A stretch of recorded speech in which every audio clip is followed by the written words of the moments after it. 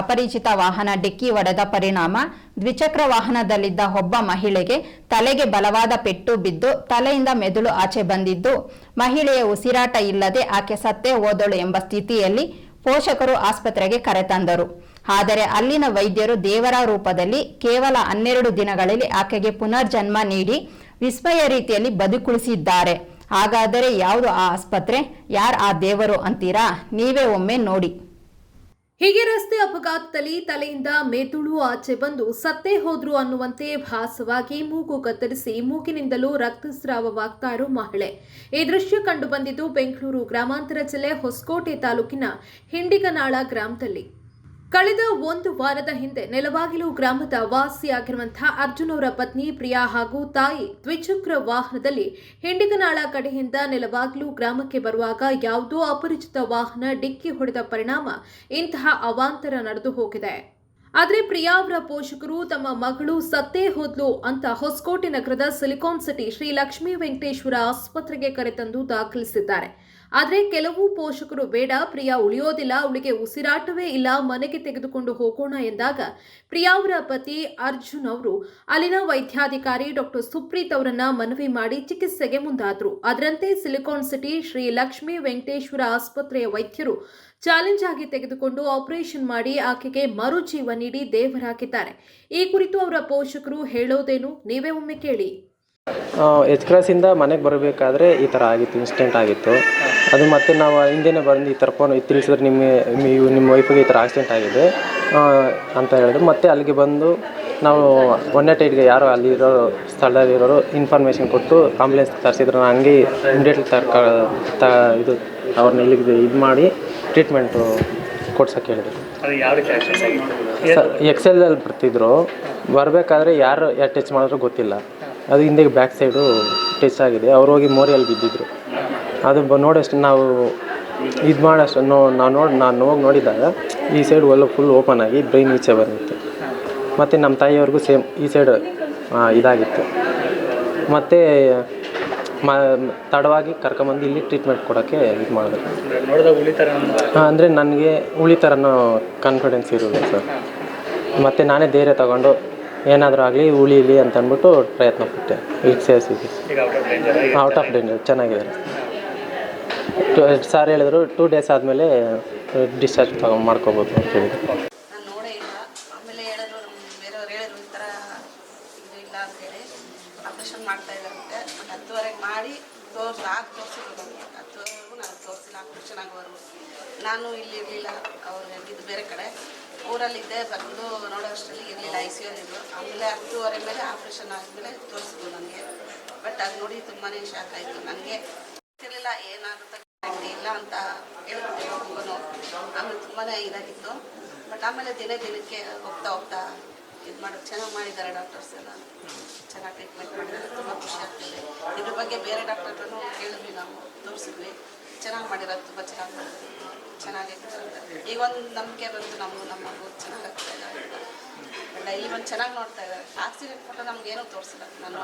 ನಾನು ನೋಡೇ ಇಲ್ಲ ನನ್ನ ಮಗುನ ಯಾವ ಥರ ಇದ್ದಾರೆ ಅಂತ. ನಾನು ಊರಿಂದ ಬರೋಷ್ಟರಲ್ಲಿ 2 hours ಆಯಿತು. ನಾನು ತೋರಿಸೇ ಇಲ್ಲ. ICUಲಿ ಇಟ್ಟು ಅವ್ರು 2 years ಆಯಿತು. ಗೊತ್ತೇ ಇಲ್ಲ ನನಗೆ. ಚೆನ್ನಾಗಿದ್ದಾರೆ ಅಂದ್ಕೊಂಡಿದ್ದೆ.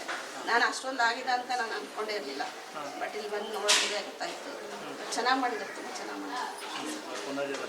ಪುನರ್ಜನ್ಮ ಥರ ನನ್ನ ಮಗು ಪುನರ್ಜನ್ಮ ಬಂದಾಗಿದೆ. ತುಂಬ ಚೆನ್ನಾಗಿದೆ. ತುಂಬ ಕಷ್ಟಪಟ್ಟು ಎಲ್ಲ ಇದು ಮಾಡಿದ್ದಾರೆ. ತುಂಬ ಖುಷಿ ಆಯಿತು. ದೇವ್ರ ಥರನೇ, ದೇವರಂದರೆ ಈಗ ಅವ್ರನ್ನೇ ಎಲ್ಲ ದೇವ್ರ ಅಂತ ನಂಬ್ಕೊಂಡಿರೋದಲ್ವ, ಅವರೇ ದೇವ್ರ ಥರ ಟ್ರೀಟ್ಮೆಂಟ್ ಮಾಡಿದ್ದಾರೆ. ನಮ್ಮ ಮಗು ಗುಣ ಆಗಿದೆ. ಯಾರೇ ಬಂದರೆ ಇದ್ರ ಬಗ್ಗೆ ಇನ್ನೊಬ್ಬರು ಇದೇ ಪೇಷಂಟ್ ಬಂದಿದ್ರು, ಬಟ್ ಅವ್ರನ್ನೂ ಮಾತಾಡ್ಸ್ಕೊಬಂದ್ರಿ. ಅವ್ರ ಹತ್ರ ಇನ್ನೊಬ್ರು ತೋರಿಸ್ಬಿಟ್ಟು.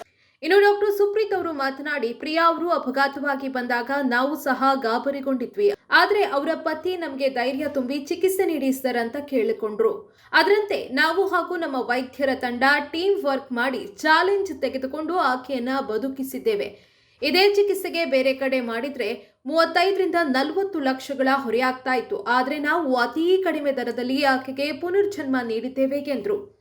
ಅದೇ ಇವಾಗ ಪ್ರಿಯಾ ಅನ್ನೋ ಹುಡುಗಿ, ನಾನು ಡಾಕ್ಟರ್ ಸುಪ್ರೀತ್, ನ್ಯೂರೋ ಸರ್ಜನ್ ಮತ್ತು ಡೈರೆಕ್ಟರು, ಮತ್ತು ಡಾಕ್ಟರ್ ಹರೀಶ್, ಯೂರಾಲಜಿಸ್ಟ್ ಮತ್ತು ಡೈರೆಕ್ಟರ್ ಇಲ್ಲಿದ್ದು.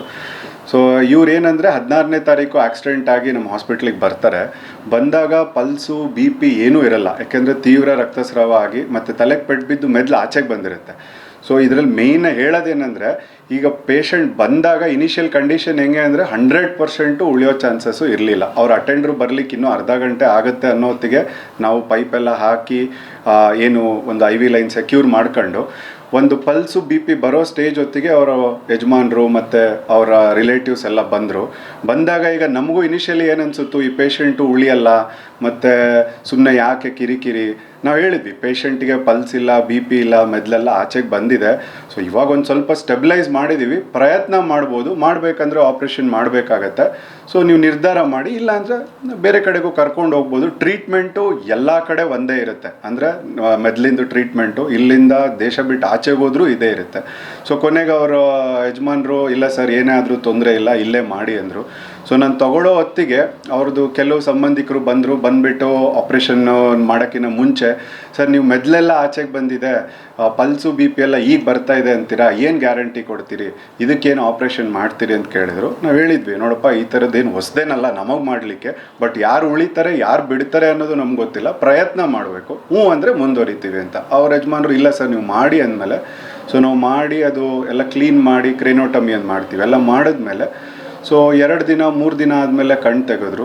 ಈಗ ಆಲ್ಮೋಸ್ಟ್ ವಾರ್ಡಿಗೆ ಶಿಫ್ಟ್ ಆಗಿ ಕಂಪ್ಲೀಟ್ ಕಾನ್ಷಿಯಸ್ ಇದ್ದಾರೆ, ಮಾತಾಡೋ ಸ್ಟೇಜಿಗೆ ಬಂದಿದ್ದಾರೆ. ಇನ್ನು 2 ದಿನದಲ್ಲೇ ಡಿಸ್ಚಾರ್ಜ್ ಆಗ್ತಾರೆ. ಇದಕ್ಕೆ ನನ್ನ ಮೇಯ್ನ್ ಮೆಸೇಜ್ ಏನು ಅಂದರೆ, ಸೊ 10ರಲ್ಲಿ 9 ಉಳಿದೇ ಇರ್ಬೋದು. ಒಬ್ಬರನ್ನ ಉಳಿಸ್ಲಿಕ್ಕೋಸ್ಕರ ನಾವು ಎಲ್ಲರಿಗೂ ಪ್ರಯತ್ನ ಮಾಡಲೇಬೇಕು. ಇದು ನಾವಂತಲ್ಲ, ಎಲ್ಲ ಆಸ್ಪತ್ರೆಯವರು ಇದೇ ಪ್ರಯತ್ನದಲ್ಲಿರ್ತಾರೆ. ಸೊ ಅವ್ರ ಜೊತೆಗೆ ಬರೋವಂಥವ್ರ ಕಾಪ್ರೇಷನ್ ಹೆಂಗಿರುತ್ತೆ ಅದ್ರ ಮೇಲೆ ನಾವು ಕೂಡ ರಿಸ್ಕ್ ತಗೊಳ್ಳೋ ಅಂಥದ್ದು ಇದಿರುತ್ತೆ, ನಂಬಿಕೆ ಧೈರ್ಯ ಇರುತ್ತೆ. ಇಲ್ಲಿ ಹಣ ಒಂದೇ ಮ್ಯಾಟ್ರ್ ಆಗೋದಿರಲ್ಲ. ಅನ್ಕಾನ್ಷಿಯಸ್ ಸ್ಟೇಟಲ್ಲಿ ಎಮರ್ಜೆನ್ಸಿಲಿ ಇದಾದ್ರು, ಅನ್ಕಾನ್ಷಿಯಸ್ ಸ್ಟೇಟ್ ಏನಂದರೆ ಅದು ಕಂಪ್ಲೀಟ್ ತಲೆಗೆ ಪೆಟ್ಟು ಬಿದ್ದು ಪಲ್ಸು BP ಯಾವುದೂ ಇರಲಿಲ್ಲ, ಹೈಪೋವಾಲಿಮಿಕ್ ಶಾಕ್ ಅಂತ ಹೇಳ್ತೀನಿ. ಅಂದರೆ ಯಾಕೆಂದರೆ ತೀವ್ರ ರಕ್ತಸ್ರಾವ ಆಗಿರೋದ್ರಿಂದ ಪಲ್ಸು BP ಎರಡೂ ಇರಲಿಲ್ಲ. ಮತ್ತು ಕಂಪ್ಲೀಟ್ ಈ ಫ್ರಾಂಟಲ್ ರೀಜನ್ ಅಂದರೆ ಮುಂದ್ಗಡೆದು ಮೂಳೆ ಚಿಪ್ಪು ಒಡೆದು ಕಂಪ್ಲೀಟ್ ಮೆದ್ಲು ಎವ್ರಿಥಿಂಗ್ ಆಚೆಗೆ ಬಂದಿತ್ತು. ಸೊ ಈ ಸಿಚುವೇಷನಲ್ಲಿ ಪ್ರೈಮರಿಯಾಗಿ ಮಾಡೋದು ಅಂದರೆ ಲೈಫ್ ಸೇವಿಂಗ್. ಇಮಿಡಿಯೇಟಾಗಿ ಬಂದಾಗ ನಾವು ಟ್ಯೂಬ್ ಹಾಕ್ಕೊಂಡು ಸೊ ಬ್ಲಡ್ಡು ಇದನ್ನೆಲ್ಲ ರಶ್ ಮಾಡಿದ್ಮೇಲೆ ಸ್ವಲ್ಪ ಪಲ್ಸು BP ಎಲ್ಲ ಸ್ಟೆಬಿಲೈಸ್ ಆಯಿತು. ಸ್ಟೆಬಿಲೈಸ್ ಆದಮೇಲೆ ನೆಕ್ಸ್ಟು ಡೆಫಿನೆಟಿವ್ ಮ್ಯಾನೇಜ್ಮೆಂಟ್, ಅಂದರೆ ಅದು ಆಪ್ರೇಷನ್ ಮಾಡಿ ಅದನ್ನೆಲ್ಲ ಕ್ಲೀನ್ ಮಾಡಿ ಇದು ಮಾಡಬೇಕಿತ್ತು. ಇದರಲ್ಲಿ ಮೇಯ್ನ್ ಚಾಲೆಂಜ್ ಇದ್ದಿದ್ದೇನು ಅಂದರೆ, ಈಗ ಪೇಷಂಟ್ ಕಡೆಯವರು ನಾವು ಇಮಿಡಿಯೇಟಾಗಿ ತೊಗೋಬೇಕಂದಾಗ ಅವ್ರ ಹಸ್ಬೆಂಡ್ ಬಂದು ಯಾವುದೇ ಥರದ್ದು ಪ್ರಾಬ್ಲಮ್ ಇಲ್ಲ ಸರ್ ಮುಂದುವರಿರಿ ಅಂತ ಹೇಳಿದ್ರು. ಬಟ್ ಇದರಲ್ಲಿ ಈಗ ನಮ್ಗೆ ಏನು ಡೌಟ್ ಇರುತ್ತೆ ಅಂದರೆ, ಮೆದ್ಲೆಲ್ಲ ಆಚೆಗೆ ಬಂದಿದೆ, ಪಲ್ಸ್ ಇಲ್ಲ, BP ಇಲ್ಲ, ಇಂಥ ಪೇಷಂಟ್ನ ನೀವು ಸುಮ್ಮನೆ ಆಪ್ರೇಷನ್ ಮಾಡಿ ಉಳಿಸ್ತೀವಿ ಅಂತ ಹೇಳಿ ಏನಾದರೂ ತೊಂದರೆ ಆದರೆ ಗ್ಯಾರಂಟಿ ಕೊಡ್ತೀರಾ ಅಂತ ಕೆಲವ್ರು ಬಂದು ಕೇಳಿದ್ರು. ಸೊ ನಾವು ಹೇಳಿದ್ವಿ ಆ ಥರ ಇತ್ತಂದರೆ ಎಲ್ಲಿ ಬೇಕಾದರೂ ಕರ್ಕೊಂಡು ಹೋಗ್ಬೋದು. ಎರಡನೇದು ಇಡೀ ಜಗತ್ತಿನಲ್ಲಿ ಬರೀ ಇಲ್ಲಂತಲ್ಲ, ಎಲ್ಲೇ ಮಾಡಿದ್ರು ಮೆದ್ಲಿನ ಸರ್ಜರಿ ಅದನ್ನು ಡ್ಯಾಮೇಜ್ ಕಂಟ್ರೋಲ್ ಸರ್ಜರಿ ಅಂತೀವಿ. ಯಾವುದು ಮೆದ್ಲನ್ನ ರಿಪೇರಿ ಮಾಡೋದಿಲ್ಲ, ಮೆದ್ಲಿಗೆ ಜಾಗ ಕೊಟ್ಟು ಅದು ರಿಪೇರಿ ಆಗಲಿಕ್ಕೆ ಟೈಮ್ ಕೊಡೋವಂಥದ್ದು. ಸೊ ಇದು ಇಂಡಿಯಾದಲ್ಲಾಗಿರ್ಬೋದು, ಔಟ್ಸೈಡ್ ವರ್ಲ್ಡ್ ಎವ್ರಿವೇರ್ ಒಂದೇ ಕಾನ್ಸೆಪ್ಟ್, ಇದಕ್ಕಿಂತ ಹೈಯೆಸ್ಟ್ ಅನ್ನೋದು ಇಲ್ಲ. ಸೊ ರಾತ್ರಿ 8-8:30 ತಿರ್ಗಾ ನಾನು ಹೇಳಿದ್ಮೇಲೆ ಅವರ ಹಸ್ಬೆಂಡ್ ಬಂದು ಇಲ್ಲ ಸರ್ ನಾನು ರೆಸ್ಪಾನ್ಸಿಬಿಲಿಟಿ ತೊಗೊತೀನಿ. ಎರಡನೇದು ಫೈನಾನ್ಷಿಯಲ್ ಇಶ್ಯೂಸು ಇತ್ತು, ಯಾಕೆಂದರೆ ಇದು ಯಾವುದೇ ಮೇನ್ ಹಾಸ್ಪಿಟಲಲ್ಲಿ ಕಾರ್ಪೊರೇಟ್ ಮಿನಿಮಮ್ 30-35 lakhs ಕ್ರಾಸ್ ಆಗುತ್ತೆ. ಸೊ ಫೈನಾನ್ಸ್ ಇಶ್ಯೂಸ್ ಇತ್ತು. ನಾನು ಹೇಳಿದೆ ನೋಡ್ಕೊಂಡು ಮಾಡಿಕೊಡ್ತೀವಿ ಡೋಂಟ್ ಬೈ ಅಂತ ಹೇಳಿದ್ಮೇಲೆ 8:30-9 ಗಂಟೆ ಹೊತ್ತಿಗೆ ನಾವು ಆಪ್ರೇಷನ್ ತೊಗೊಂಡ್ಮೇಲೆ ಅದು ಕಂಪ್ಲೀಟ್ ಬ್ರೈನ್ ಮ್ಯಾಟ್ರು ಇದನ್ನೆಲ್ಲ ಕ್ಲೀನ್ ಮಾಡಿ ಕ್ರೇನೋಟಮಿ ಮಾಡ್ತೀವಿ, ಮೂಳೆ ಚಿಪ್ಪೆಲ್ಲ ತೆಗೆದು ಅದು ಮಾಡಿದ್ಮೇಲೆ ನೆಕ್ಸ್ಟ್ ದಿನ ಸ್ವಲ್ಪ ಐ ಓಪನಿಂಗ್ ಕಣ್ಣೆಲ್ಲ ತೆಗಿಯೋಕ್ಕೆ ಸ್ಟಾರ್ಟ್ ಮಾಡಿದರು. ಬಟ್ ತುಂಬ ಚಾಲೆಂಜಸ್ ಇತ್ತು, ಯಾಕೆಂದರೆ ಅವರು ಆಸ್ಪಿರೇಷನ್ ಎಲ್ಲ ಎದೆ ಒಳಗಡೆ ಇದಾಗಿತ್ತು, ಅದಾಗಿ ನಿಮೋನಿಯಾ ಆಗಿತ್ತು. ಮತ್ತು ಸೊ ಅವ್ರಿಗೆ ಮೊದಲೇ ಹೇಳಿದ್ವಿ, ಈಗ ಏನಂದರೆ ಸುಮ್ಮನೆ ಆ್ಯಂಟಿಬಯೋಟಿಕ್ ಹಾಕೋದಾಗಲಿ ರಕ್ತ ಪರೀಕ್ಷೆಗಳು ಮಾಡೋದಾಗಲಿ ಇರಲ್ಲ. ICUಲಿ ಏನಿರುತ್ತೆ ಅಂದರೆ ಈ ಪೇಷಂಟಿಗೆ ಆಗುವಂಥದ್ದು ಪ್ರತಿ 3 ಗಂಟೆ ಮುಂಚೆನೇ ಗೊತ್ತಾಗಲಿಕ್ಕೆ ಕೆಲವು ABG ಈ ಥರ ಅವೆಲ್ಲ ಸ್ವಲ್ಪ ಹೈ ಎಂಡ್ ಇರ್ತವೆ, ಮಾಡಲೇಬೇಕಾಗತ್ತೆ. ಅದೆಲ್ಲ ಮಾಡ್ಕೊಂಡ್ಮೇಲೆ ಆಫ್ಟರ್ ಒಂದು 5 to 6 days ಆದಮೇಲೆ ವೆಂಟಿಲೇಟರ್ ಆಲ್ಮೋಸ್ಟ್ ಕಮ್ಮಿ ಮಾಡ್ತಾ ಬಂದು ಫುಲ್ ಕಾನ್ಷಿಯಸ್ನೆಸ್ ಇಲ್ದಿರೋದ್ರಿಂದ ಇಲ್ಲಿ ಟ್ರೇಕಿಯೋಸ್ಟಮಿ ಅಂತ ಮಾಡ್ಕೊಳ್ತೀವಿ. ಇದು ಮಾಡಿದಾಗ ಏನಾಗುತ್ತೆ, ನಮಗೆ ವೆಂಟಿಲೇಟರ್ ಆಫ್ ಮಾಡಲಿಕ್ಕೆ ಸುಲಭ ಆಗುತ್ತೆ ಮತ್ತು ಪೇಷಂಟ್ನ ಮೊಬಿಲೈಸ್ ಮಾಡೋಕ್ಕೆ ಈಸಿ ಆಗುತ್ತೆ. ಅದಾಗಿ ಸೊ ಆಫ್ಟರ್ 1 week ಈಗ ಪೇಷಂಟ್ನ ವಾರ್ಡಿಗೆ ಶಿಫ್ಟ್ ಮಾಡಿದ್ವಿ. ಕಂಪ್ಲೀಟ್ ಕಾನ್ಷಿಯಸ್ ಓರಿಯೆಂಟೆಡ್ ಇದ್ದಾರೆ, ಅಂದರೆ ಹೇಳಿದ್ದೆಲ್ಲ ಅರ್ಥ ಆಗ್ತಿದೆ. ಈ ಟ್ಯೂಬ್ ಇರೋದ್ರಿಂದ ಅಷ್ಟೇ ಮಾತಾಡೋಕ್ಕಾಗ್ತಿಲ್ಲ, ಟ್ಯೂಬ್ ತೆಗೆದ್ರೆ ಈಗ ನಾರ್ಮಲ್ ಆಗಿ ಮಾತಾಡ್ತಾರೆ. ಬಳಿಕ ಆಸ್ಪತ್ರೆಯ ವೈದ್ಯರಾದ ಡಾಕ್ಟರ್ ಹರೀಶ್ ಅವರು ಮಾತನಾಡಿ, ಈ ಅಪಘಾತಗಳಿಗೆ ಹೆಲ್ಮೆಟ್ ಧರಿಸದೇ ಇರುವುದು ಮೊದಲ ಕಾರಣ. ದಯಮಾಡಿ ಪ್ರತಿಯೊಬ್ಬರು ಹೆಲ್ಮೆಟ್ ಧರಿಸಿ. ಇದು ನಿಮ್ಮ ಪ್ರಾಣ ರಕ್ಷಣೆ ಹೊರತು ಪೊಲೀಸರ ಭಯಕ್ಕಾಗಿ ಬೇಡ. ಹಾಗೂ ಪ್ರತಿಯೊಬ್ಬರು ಪ್ರಾಣ ಇಲ್ಲದ ತಮ್ಮ ವಾಹನಗಳಿಗೆ ಇನ್ಶೂರೆನ್ಸ್ ಮಾಡಿಸುತ್ತೀರಿ, ಆದರೆ ಪ್ರಾಣ ಇರುವ ನಿಮ್ಮ ದೇಹಕ್ಕೆ ಮಾಡಿಸೋದಿಲ್ಲ. ಆದ್ರಿಂದ ಪ್ರತಿಯೊಬ್ಬರು ಇನ್ಶೂರೆನ್ಸ್ ಮಾಡಿಸ್ಕೊಳ್ಳಿ ಅಂತ ಸಲಹೆ ಕೊಟ್ಟರು. ನಮಸ್ಕಾರ, ನಾನು ಡಾಕ್ಟರ್ ಹರೀಶ್ ಅಂತ, ಯೂರೋಲಜಿಸ್ಟ್ ಮತ್ತು ಈ ಆಸ್ಪತ್ರೆ ಒಬ್ಬನು ಡೈರೆಕ್ಟರು. ಇದು ಭಾಳ ಟ್ರಾಮಾ ಸೆಂಟ್ರ್ ಇದು. ಬಟ್ ಒಂದು ಅಬ್ಸರ್ವೇಷನ್ ಏನಂದರೆ, ಇಲ್ಲಿ ಬಂದಿರೋ ಸುಮಾರು ಪೇಷಂಟ್ಸು ಯಾವುದೇ ರೀತಿಯಾದ ಬೇಸಿಕ್ ಸೇಫ್ಟಿ ಮೆಜರ್ಸು ಅವರು ಯೂಸ್ ಮಾಡಿರಲ್ಲ. ಅಂದರೆ ನಮಗೆ ಬೇಕಾಗಿರೋ ಹೆಲ್ಮೆಟ್ ಆಗಲಿ, ಸೀಟ್ ಬೆಲ್ಟ್ ಆಗಲಿ ಯಾರು ಹಾಕದೇ ಇರೋದ್ರಿಂದ ಬಹುಶಃ ದೊಡ್ಡ ಪ್ರಮಾಣದ ಮಟ್ಟದ್ದು ಅಪಘಾತಗಳಾಗ್ತಾಯಿದೆ. ಬಹುಶಃ ಅದು ಈ ಪೇಷಂಟ್ಸ್, ಈ 2 ಪೇಷಂಟ್ಸು 3 ಪೇಷಂಟ್ಸನ್ನು ಹಾಕಿದ್ರೆ ಬಹುಶಃ ಈ ಸ್ಥಿತಿಗೆ ಬರ್ತಾ ಇರಲಿಲ್ವೇನೋ. ಸಣ್ಣ ಸಣ್ಣ ಗಾಯಗಳಲ್ಲಿ ತಪ್ಪಿಸ್ಕೊಬೋದಿತ್ತೇನೋ. ಕೆಲವರು ಯಾರಿಗೋಸ್ಕರನೂ ಮಾಡೋದು ಬೇಡ, ನಮಗೋಸ್ಕರ. ಯಾರೋ ಪೊಲೀಸ್ ಹಿಡಿತಾರೆ ಅಂತ ಹೆಲ್ಮೆಟ್ ಹಾಕೋದು, ಯಾರೋ ಪೊಲೀಸ್ ನೋಡ್ತಾರೆ ಅಂತ ಸೀಟ್ ಬೆಲ್ಟ್ ಹಾಕೋದು, ಅದು ಬೇಡ. ನಮ್ಮ ಪ್ರಾಣ, ನಮ್ಮ ಇದಕ್ಕೋಸ್ಕರ ನಾವು ಹಾಕ್ಕೋಬೇಕು. ನಮ್ಮ ಭವಿಷ್ಯಕ್ಕೆ ಗಾಡಿ ಓಡಿಸ್ತಾ ಇರಬೇಕು. ಅದನ್ನ ಅಷ್ಟೇ ರಾಂಗ್ ರೂಟಲ್ಲಿ ಬರೋದು, ಸುಮಾರು ಆಕ್ಸಿಡೆಂಟ್ಸ್ ಎಲ್ಲ ಇದರಿಂದನೇ ಆಗೋದು. ರೂಲ್ಸ್ ಇದ್ದಾವೆ, ಅದು ಪೊಲೀಸವ್ರಿಗೋಸ್ಕರ ಅಲ್ಲ, ಗೌರ್ಮೆಂಟ್ ಅವ್ರಿಗೋಸ್ಕರ ಅಲ್ಲ, ನಮಗೋಸ್ಕರ ಮಾಡಿರೋದು. ಅದನ್ನು ನಾವು ಪಾಲನೆ ಮಾಡಿದ್ರೆ ಸುಮಾರು ಒಂದು 80-90 ಭಾಗ ಮೇಜರ್ ಅಪಘಾತಗಳೆಲ್ಲ ತಪ್ಪಿಸ್ಬೋದು, ಸುಮಾರು ಜೀವಗಳು ಉಳಿಸ್ಕೋಬೋದು. ಮತ್ತು ಇನ್ನೊಂದು ಹೇಳೋದೇನು ಬಯಸ್ತೀನಿ ಅಂದರೆ, ಸುಮಾರು ಜನಕ್ಕೆ ಈ ಟ್ರೀಟ್ಮೆಂಟ್ಗಳೆಲ್ಲ ಮಾಡೋಕ್ಕೆ ಕೆಲವು ಕಷ್ಟ ಆಗ್ಬೋದು. ಗಾಡಿಗಳಿಗೆ ಇನ್ಶೂರೆನ್ಸ್ ಮಾಡಿಸಿರ್ತೀವಿ ನಾವು, ಬಟ್ ನಾವು ನಮಗೋಸ್ಕರ ಮಾಡಿಸ್ಕೊಂಡಿರೋದಿಲ್ಲ. ಎಲ್ಲನೂ ಗೌರ್ಮೆಂಟ್ ನೋಡ್ಕೊಳ್ಳುತ್ತೆ ಅನ್ನೋದಕ್ಕೆಲ್ಲ ಕೆಲವೊಂದು ನಾವು ಪ್ರಯತ್ನ ಮಾಡಬೇಕು. ನಾವು ಒಂದು general insurance, health insurance, family insurance ಅಂತ ಬರುತ್ತವೆ, ಅದನ್ನು ಮಾಡಿಸ್ಕೊಳ್ಳೋದ್ರಿಂದ ಯಾವುದೇ ಆಸ್ಪತ್ರೆಯಲ್ಲಿ ತಕ್ಷಣ ತಗೊಂಡು ಒಂದು ಸ್ಟೆಬಿಲೈಸೇಷನ್ ಆಗಲಿ, ಒಂದು ಇನಿಷಿಯಲ್ ಟ್ರೀಟ್ಮೆಂಟ್ ಆಗಲಿ, ಇಲ್ಲ ಒಂದು ಆಪ್ರೇಷನ್ ಆಗಲಿ ಸುಲಭವಾಗಿ ಮಾಡಿಸ್ಕೊಬೋದು. ಈ ರೀತಿ ಮಾಡಿಸ್ಕೊಳ್ಳೋದ್ರಿಂದ ಭಾಳ ಜನಕ್ಕೆ ಯೂಸ್ ಆಗುತ್ತೆ. ಇಲ್ಲಾಂದರೆ ಅದು ಒಂದರಿಂದ ಇನ್ನೊಂದು ಕಡೆಗೆ ಹೋಗೋದ್ರಲ್ಲೇ ತುಂಬ ಜೀವಗಳಿಗೆ ಕಳ್ಕೊಂಡಿದ್ದಾರೆ. ಅದಾಗಬಾರ್ದು. ಅದನ್ನು ಜನರು ಸ್ವಲ್ಪ ಅರ್ಥನೂ ಮಾಡ್ಕೋಬೇಕು.